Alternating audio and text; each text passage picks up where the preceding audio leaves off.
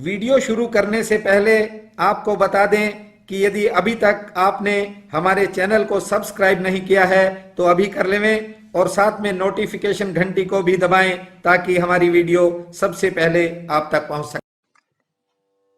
बंधुओं, आदमी जीवन में जल्दबाजी के कारण बड़े बड़े नुकसान उठाता है, लेकिन फिर भी कुछ सीखता नहीं है। इसलिए निज धर्म ने कहा है कि मनुष्य को आत्म संयमी होना चाहिए, और जो आत्म संयमी मनुष्य है वह अपने आप पर नियंत्रण पाने में सफल हो जाता है। इतना ही नहीं, जो आत्म संयमी व्यक्ति है वह परम शांति और मधुरता का भी अधिकारी हो जाता है। आपने जीवन में बहुत से पल ऐसे देखे होंगे जब आपके दिल पर ही नहीं, आत्मा पर चोट लगी होगी। जानते हो ऐसा क्यों होता है? ऐसा इसलिए होता है कि बहुत से लोग भावनाओं में बहकर कुछ महत्वपूर्ण फैसले ले जाते हैं, और जिनका खमियाजा उन्हें पूरी जिंदगी भुगतना पड़ता है। भावनाओं का असर शरीर पर पड़ता है और शरीर में अनेक बीमारियां पैदा हो जाती हैं।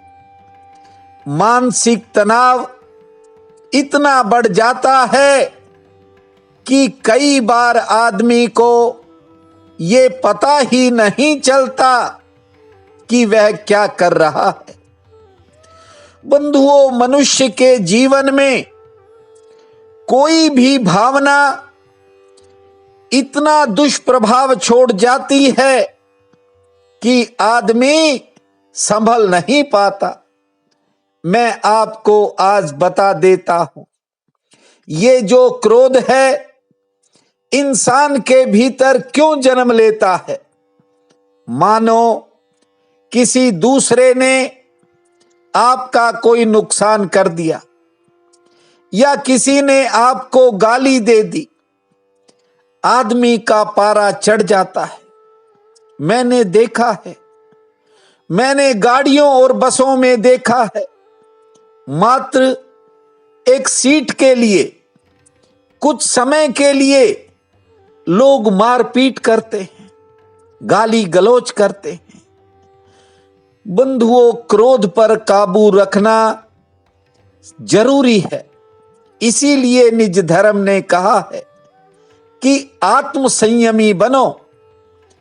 यदि आत्म संयमी न बन पाए तो आप भी देखते हैं कि दुनिया में लोग हत्या भी कर देते हैं और आत्महत्या भी कर लेते हैं। बंधुओं, जिंदगी में तरक्की करना हर इंसान का अधिकार है, लेकिन उससे पहले आत्मनियंत्रण करना सीखो। अपने मन को वश में रखना सीखो। उसकी जो चालें हैं, जो इंसान को गुमराह करती हैं, उन्हें समझने का प्रयास करो। बंधुओं, इसी मन के कारण आदमी अपने लक्ष्य में बाधाएं खड़ी कर लेता है।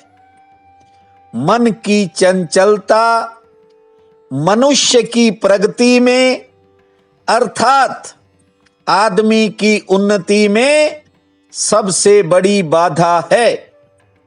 इसलिए सफल जीवन के लिए आत्मनियंत्रण होना बहुत जरूरी है।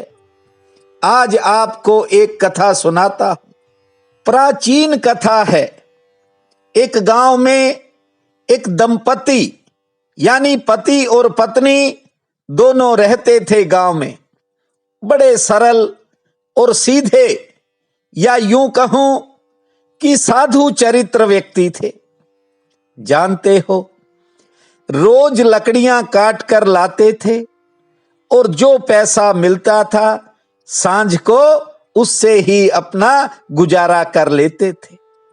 इतना ही नहीं, यदि किसी दिन ज्यादा पैसे मिल गए, कुछ बच गया, तो वे बांट देते थे। रात उनके पास कुछ बचता नहीं था, बस सो जाते थे और सुबह फिर लकड़ियां काटने चले जाते थे। बंधुओं, समय तो आप जानते हो कई बार बदलता है। एक बार अचानक बरसात आ गई, मानो झड़ी लग गई और 7 दिन तक लगातार मूसलाधार बारिश हुई। अब वे लकड़ियां काटने के लिए नहीं जा सके। जानते हो, उन्होंने 1 सप्ताह उपवास किया और 7 दिन बाद जब सूरज निकला तो वे लकड़ियां काटने के लिए गए। 7 दिन के भूखे उन्होंने लकड़ियां काटी बड़ी मुश्किल से और रस्सी से बांधा और घर की तरफ चल पड़े। बंधुओं, पति आगे चल रहा था और पत्नी पीछे चल रही थी। थोड़ा उनके भीतर फासला था। पति रास्ते से निकलता था जंगल के। अचानक पगडंडी के पास उसने देखा कि एक थैली पड़ी है और थैली से कुछ अशर्फियां, सोने की अशर्फियां, कुछ बाहर पड़ी हैं और कुछ थैली के अंदर हैं। उसके मन को हुआ कि मैंने तो स्वर्ण छोड़ दिया है, लेकिन पीछे पत्नी आ रही है और आप तो जानते हो कि स्त्री का जो मोह है वह सोने में बहुत रहता है। किसी ने कहा है कि पति श्रम करता करता मर जाए या बीमार पड़े, पर पत्नी यही चाहती है ड्योढ़ी पर खड़ा सुनार रहे। बंधुओं, ये कहावत है, लेकिन ऐसा भी नहीं है कि हर महिला ही सोने से प्रेम करती है। हां, परसेंटेज ज्यादा है, ज्यादा महिलाएं सोने से प्रेम करती हैं। अब इस पति ने सोचा कि मैं तो आगे निकल जाऊंगा, पत्नी का क्या भरोसा, मन डावाडोल हो जाए और सोचे कि ये अशर्फियां ले चलो। मन की बंधुओं कुछ कमजोरियां होती हैं।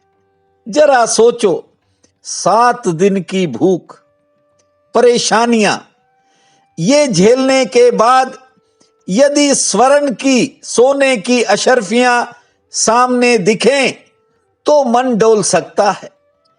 वह पति विचार ही कर रहा था तो कहते हैं कि उसने क्या किया, एक गड्ढा खोदा और उसमें वे सारी अशर्फियां जो थैली थी वे उसमें डालकर ऊपर से मिट्टी भर दी। इतनी ही देर में उस व्यक्ति की पत्नी पीछे आ गई। उसने पूछा, ये बैठकर आप क्या कर रहे हो? अब पति के लिए बड़ी मुश्किल हो गई। क्यों? क्योंकि सत्य बोलने का उन्होंने नियम लिया हुआ था। झूठ तो बोल नहीं सकते थे, नियम था, उसे तोड़ नहीं सकते थे। अब बताना भी कठिन हो गया, लेकिन आखिरकार बताना पड़ा। कहा पति ने कि मेरे मन में एक ख्याल आ गया कि हम इतने संकट में, इतनी मुश्किल में हैं। मैंने तो स्वर्ण को जीत लिया है, मैंने तो मोह छोड़ दिया है, लेकिन यहां एक अशर्फियों की थैली पड़ी थी। मैंने सोचा कि कहीं तेरे मन में लालच न आ जाए, इसलिए उनको गड्ढे में डालकर मिट्टी से ढक रहा हूं। बंधुओं, जानते हो, उस व्यक्ति की पत्नी ने कहा, तुम्हें अभी तक सोना दिखाई पड़ता है, तुम्हें मिट्टी के ऊपर मिट्टी डालते हुए शर्म नहीं आती। बंधुओं, बड़ी बात कही उस महिला ने।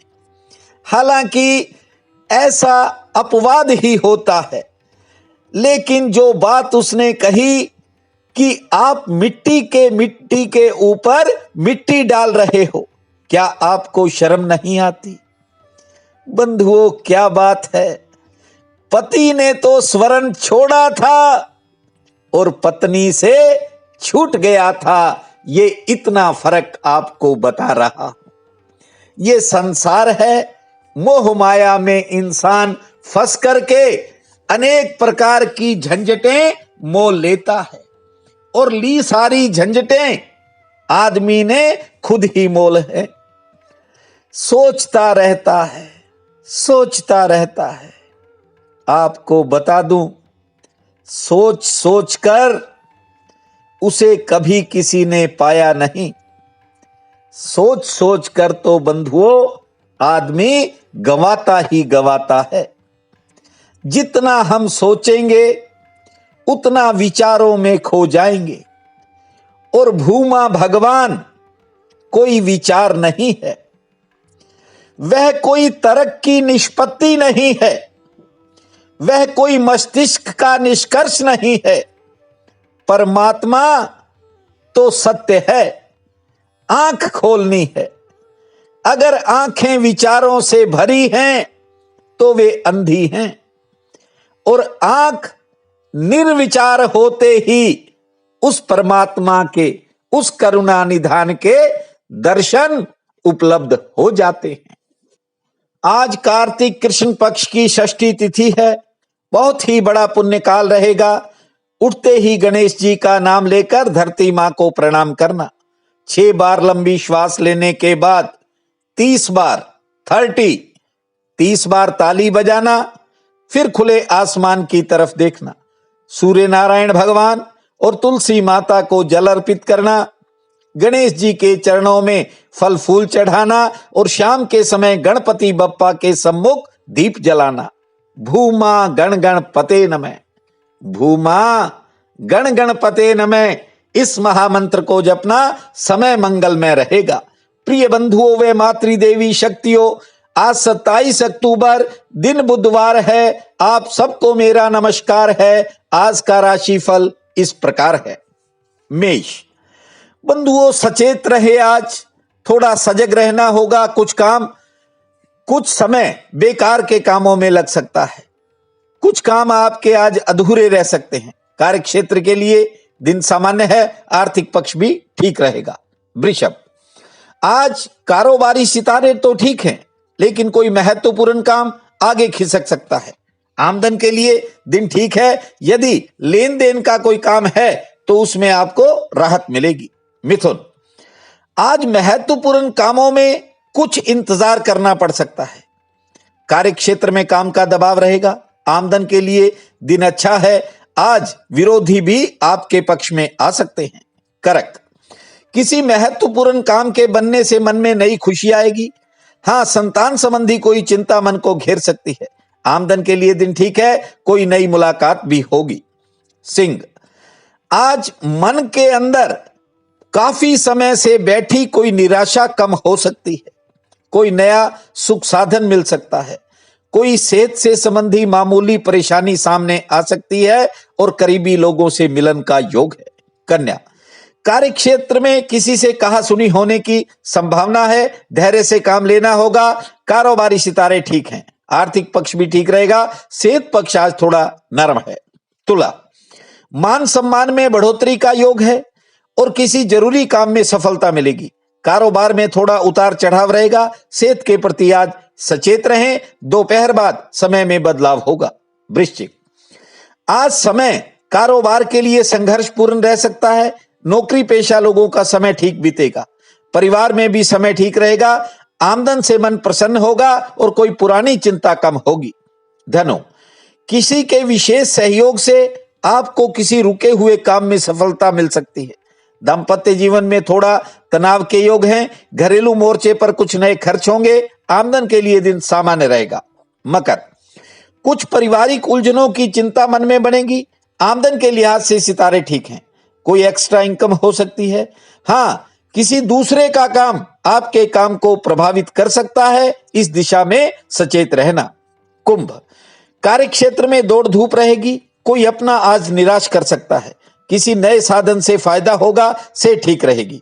मीन, नौकरी संबंधी काम आसानी से निपटेंगे। कार्य क्षेत्र में थोड़ा उतार चढ़ाव रहेगा, से ठीक रहेगी और मन में विचारों का उतार चढ़ाव बना रहेगा। आज का ये दिन आप सबके लिए अति शुभ फलदायी हो, यही मेरी प्रार्थना है। आप सबका बहुत बहुत धन्यवाद।